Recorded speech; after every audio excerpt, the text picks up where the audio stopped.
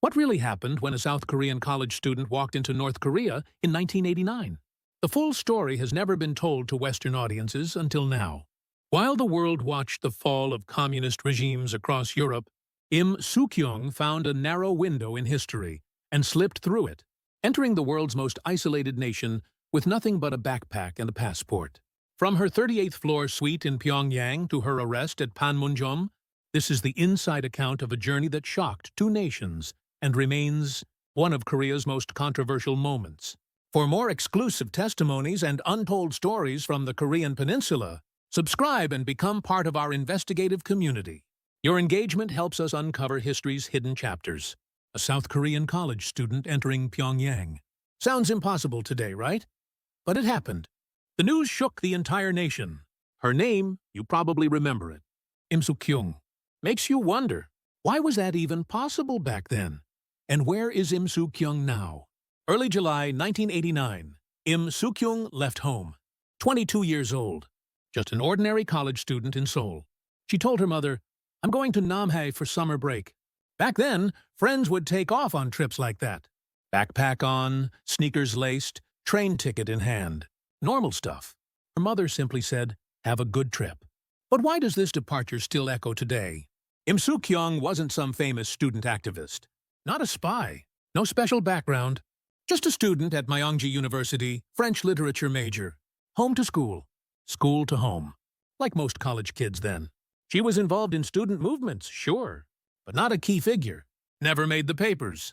Never stood at a rally podium. That summer, though, she told her mother she was heading to Namhae. Packed her bag. Left home. Like any normal trip. Her parents never imagined their daughter would cross a border. Who could have imagined? North Korea existed on maps, but you couldn't go there. Days later, the phone rang. Her mother picked up. The voice sounded distant. "Mom, I'm somewhere far away." That was it. Before her mother could ask where, the line went dead. Soon after, they saw their daughter on television. In Pyongyang. You might remember that newscast. The anchor delivered breaking news. An unfamiliar face filled the screen. A South Korean college student had entered North Korea. The whole country froze. At home, her parents sat blank-faced in front of the TV. Their daughter, who should have been in Namhae, was in Pyongyang. This wasn't like today, where overseas travel is easy. North Korea? Forbidden. Communist countries in general off-limits. Passports literally stamped, travel prohibited. Yet a 22-year-old college student went north. Alone. Without telling her parents. Why didn't she say anything? Could she have? This wasn't just illegal border crossing. The legal terms piled up: illegal departure, national security law violation, contact with anti-state organizations. But at home, they just knew their daughter had vanished. The daughter who said Namhae. Gone beyond Panmunjom. Here's what matters. Choices back then carried different weight than today. Leaving home, holding a passport, crossing borders, all irreversible moments. She didn't go to Namhae. She went to Pyongyang. Not an ordinary departure. But what she thought in that moment, nobody knew. Not her parents, not her friends. Only she knew. The question starts here. Why was she alone? And was that choice really hers alone? Im Soo-kyung left Gimpo Airport with a South Korean passport. Not forged. Not fake. Legitimately issued. Strange, right? How did she get into North Korea with that? Back then, travel to North Korea prohibited. Most communist countries were off-limits. Her flight went to Tokyo. Japan was legal. The problem came next. In Tokyo, she bought a ticket to West Germany. West Germany, the western half of what's now Germany. Those who remember that era know. The Berlin Wall still stood. West to East Germany was possible then. As a tourist, Cold War was raging, but people crossed between East and West. Under surveillance, yes. Limited. But not completely blocked. In East Germany, she took a train. Through Poland, through the Soviet Union, to Pyongyang. A long journey. Unthinkable now. But back then, that was the only route. Here's the key. She entered North Korea as a participant in the 13th World Festival of Youth and Students, an international event. Young people from over 150 countries gathering. North Korea hosted it in Pyongyang and accepted participants. So this is it. Im Soo-kyung didn't enter as a South Korean. She entered as an international event participant. To North Korea, not a South Korean representative, but an overseas Korean youth. Subtle difference. But that difference opened the door. North Korea wanted to showcase this festival to the world, a socialist celebration, so they lowered the barrier. Apply and you could enter. Illegal from Seoul's perspective, legal from Pyongyang's. Worth thinking about. Today, entering North Korea is nearly impossible. But in '89, there was a narrow gap. The Cold War was ending. Eastern Europe was shaking, months before the Berlin Wall fell. A crack in history. Im Suk-kyung slipped through that crack. Calculated or chance? One thing's certain impossible in any other era. 10 years earlier, 10 years later, this route wouldn't have worked. She left with a South Korean passport. But entering North Korea, that passport wasn't a Korean passport, just an international ID. That blurred line. That's what carried her to Pyongyang. The question remains, was this personal choice or possibility created by the times? Koryo Hotel, 38th floor. Im Suk-kyung had the entire floor to herself. Not just a single room, the whole floor. Top floor overlooking Pyongyang. Too much space for a 22-year-old college student. Why did North Korea treat her like this? July 1989. Pyongyang buzzed with festival energy. The World Festival of Youth and Students was underway. Young people from around the world filled the streets. Im Suk-kyung was among them. North Korea treated her special, called her the flower of unification from South Korea. She met Kim Il-sung at the presidential palace. Some of you might remember that news footage. North Korea's supreme leader shaking hands with a South Korean college student. Unimaginable then. Kim Il-sung held her hand. "What a brave daughter," he said. She traveled nationwide. Not just Pyongyang Kaesong, Panmunjom, Mount Myeohyang. Welcoming crowds everywhere. North Korean citizens lined up applauding. "Welcome Im Suk-kyung, flower of unification." Banners unfurled. Songs echoed. But here's where North Korea started getting nervous. Im Suk-kyung didn't move as expected. She wore jeans. Not the hanbok or formal wear North Korea prepared. Showed up at official events in jeans. North Korean officials looked uncomfortable. Showing a South Korean youth's free spirit was fine, but this was too free. At meals, she prayed. Head bowed, quietly. Religion was taboo in North Korea. Yet in the middle of it all, this Christian continued praying. She knew the guides were flustered, but didn't stop. Same with speeches. North Korea probably prepared scripts, but she spoke spontaneously.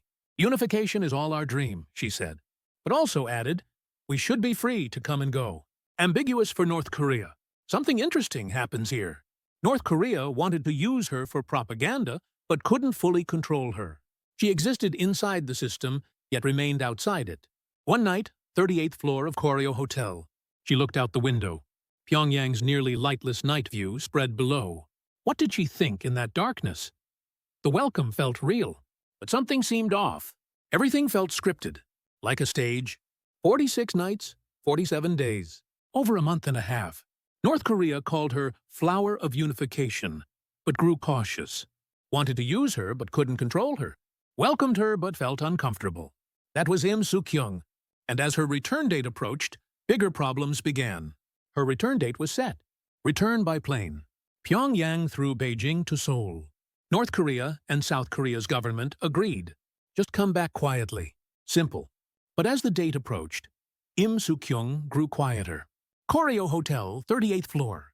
2 nights before her scheduled return, she stood by the window. Pyongyang spread below, a dark city with sparse lights. From that height, people in cars looked tiny. She stood there a long time. Then she spoke. To those with her, I feel like jumping from here. The words startled them. Didn't sound like a joke. Her voice was calm but firm. Why say that? Depression? Fear? Probably neither. It was resolve. She had to go back, but not like this. North Korean officials tried persuading her. By plane is safe. That's the agreed method. South Korea's government said the same. Panmunjom is dangerous. Can't cross the military demarcation line. Both sides urged against it. But she insisted. I'm walking back.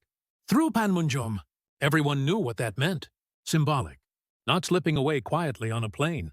Facing the division line head-on and crossing it. Think about that era. Panmunjom wasn't just a place. Always in the news. When North-South talks happened. When tensions rose, Panmunjom symbolized division. Crossing there wasn't just returning. It was a message. North Korea felt awkward. The original plan was sending her back quietly. The festival ended. Propaganda done. But Im Suk-kyung demanded more. Burden for North Korea. Panmunjom was military territory, under UN command jurisdiction, not somewhere you just walk across. Why push so hard? Going to North Korea was already huge. Why control even the return? Some say political calculation, creating bigger symbolism. Others say pure conviction, genuine belief in unification. Probably both right and both wrong. What matters is this. From that moment, this trip stopped being just a visit. The return method became another event. Coming back quietly by plane versus walking through Panmunjom, same return, completely different meaning. At that 38th floor window, she wasn't just looking at Pyongyang. She was looking at the choice before her. End it safely or push to the end. She chose the latter. And from that moment, things got more complicated. Panmunjom, August 15th, 1989. Im Suk-kyung stood there, on the northern side, right in front of the military demarcation line. South Korea lay beyond that line, walking distance, but she couldn't cross. You remember Panmunjom? Those blue buildings on TV news, north and south facing each other. A line drawn through the middle of the conference table. The division line. Inside the buildings, you could cross. Outside, absolutely forbidden. Here was the problem. When Im Suk-kyung said she'd return through Panmunjom, all three parties opposed it. North Korea, South Korea, UN command. Different reasons, same conclusion. No. South Korea's government said, we can't receive an illegal border crosser through Panmunjom. UN command said, violates the armistice agreement. North Korea initially sided with her, but grew increasingly burdened. Panmunjom wasn't a door North Korea could open at will. Days passed. Im Suk-kyung waited in the northern Panmunjom area. They set up a tent. She stayed there. TV cameras filmed her. The whole country, the whole world watched. She began fasting. Only water, nothing else. Her demand, let me cross the line. 1 day, 2 days, 3. Her face grew gaunt. News broadcasts repeatedly showed her thin appearance. Why go that far? Flying back would have been easier. Nobody hurt. Quiet ending. But that didn't matter to her. How she returned mattered more. Over a week at Panmunjom, negotiations continued behind the scenes. North Korea, South Korea, UN command coordinating. But not easy. Nobody wanted to set precedent. Let Im Suk-kyung cross at Panmunjom, and it might repeat. Panmunjom held special meaning then. The only place North and South officially met. Where separated families reunited. Where Red Cross talks happened. Using it as a personal return route? Unprecedented. Im Suk-kyung cried. On camera. I just want to go home. On foot. Tears fell. She looked exhausted. But didn't back down. North Korea felt awkward too. First welcomed her as flower of unification. Now she'd become a headache. Sending her back hurt their pride. Keeping her was burdensome. International opinion mattered too. Finally, negotiations concluded. August 15th. Liberation Day. Symbolic date. Cross through Panmunjom but follow official procedures. Under UN command supervision. Method agreed by North-South authorities. That day, she crossed the line. On foot. Cameras captured the moment. Step by step. North to south. How endless must that short distance have felt?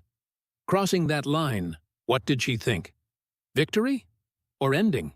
She crossed the line. August 19th, 1989. Around 2 p.m. Im Suk-kyung walked across the military demarcation line. North to south. Some of you might remember that moment. Broadcast live on TV. One step onto South Korean soil. Immediate arrest. Waiting investigators approached. Showed the arrest warrant. Handcuffs clicked shut. Less than 3 minutes after crossing. National security law violation. Contact with and praise of anti-state organizations. Illegal departure. The charges stacked up. She lowered her head. Didn't resist, as if she already knew. Agency for National Security Planning predecessor to today's NIS. Taken there, interrogation began. Why did you go to North Korea? Whose orders? What promises with North Korea? Questions poured. She answered mostly with silence. Occasionally brief responses. For unification. No orders. My own decision. Nothing more. Interrogation continued for weeks. Meanwhile, media covered this story daily. Opinions split. Some said brave action, struggle for unification. Others said pro-North activity, used by North Korea. Protests erupted. University students came out. Free Im Suk-kyung. Chants echoed. The other side voiced opposition, too. She broke the law. Both sides raised their voices. Trial began. Seoul District Court, Criminal Division. Gallery packed. Media cameras crowded outside the courtroom. She stood trial. In prison uniform. The prosecution sought 20 years. The courtroom stirred. 20 years she'd be over 40 before release. But the sentence differed. 15 years imprisonment. 10 years civil rights suspension. Less than 20, but still heavy. The judge said, "National security law violation is clear, but we consider her age and motives." The courtroom went silent. She bowed her head. Expression hidden. Whether she cried, nobody could tell. But something interesting happened. The sentence kept shrinking. Appeals court reduced it to 5 years. Then, not long after, special pardon. 1992. Actual time served about 3 years. Why? Public opinion shifting? Political calculation? What's clear Korean society was confused, too. How to view this incident? What to punish? Nothing was certain. We saw those scenes on television. Her arrest, standing trial, sentencing, all broadcast live, and each of us judged. Right? Wrong? Hero? Criminal? But the question remains, what exactly did we punish? The act of going to North Korea itself? Or what that act symbolized? And the pardon, what did it mean? Forgiveness? Or just time passing? After release, Im Soo-kyung went quiet, stopped appearing in media, refused interview requests, avoided public appearances. The person called Flower of Unification seemed to wilt like a flower. North Korea forgot her quickly. Summer of '89, they'd welcomed her so loudly. By the '90s, her name disappeared from North Korean media. Flower of Unification no longer used. Why? Simple reason. Im Soo-kyung didn't move as North Korea wanted. Even after release, didn't praise North Korea. Didn't cooperate with regime propaganda. Useless to them. Needed only a symbol, but that symbol went her own way. South Korean society was different. Remembered her longer. But how they remembered was the problem. Im Soo-kyung became a symbol, not a person. To some, brave unification activist. To others, naive student used by North Korea. To some, pro-North actor. To others, scapegoat. Everyone defined Im Soo-kyung their own way. What she thought didn't matter. She was branded. Everywhere. That Im Soo-kyung. Her 3-syllable name became the incident itself. Wanting to live normally but couldn't. Job interviews. Meeting new people. Always asked first, why did you do that back then? Mid-90s, she briefly appeared publicly. Unification-related forum. People expected something special. But she spoke plainly. I thought that way then. I think differently now. Many felt disappointed. Wanted a hero's tale. Got ordinary reflection. Expected dramatic transformation. Got only time passed. People wanted clear positions. Definite regret or confident justification. She gave neither. Worth considering. Why did we keep demanding something special from her? Why couldn't we let her just live as one person? North Korea and South Korea both used her as a tool. North for propaganda. South for debate. Called on when needed. Forgotten when not. That's a symbol's fate. In the 2000s, she completely disappeared. No news. No forums. Occasionally, someone asked, "What's Im Soo-kyung doing now?" Nobody knew. Nobody cared. Unification discussions continued. North-South summits happened. Kaesong Industrial Complex opened. But Im Soo-kyung appeared nowhere. The person once called Flower of Unification vanished from unification discourse.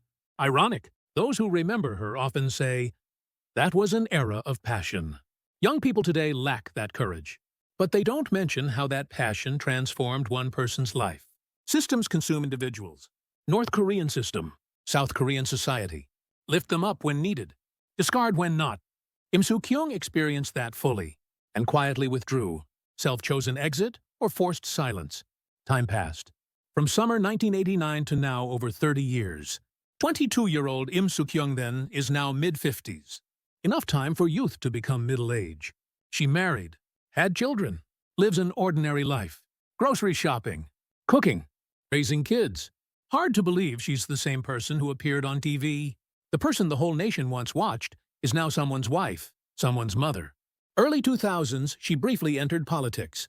Became a proportional representative for the United Democratic Party. People were surprised that Im Soo-kyung in the National Assembly, but didn't last long. Served one term. Withdrew. returned to quiet living.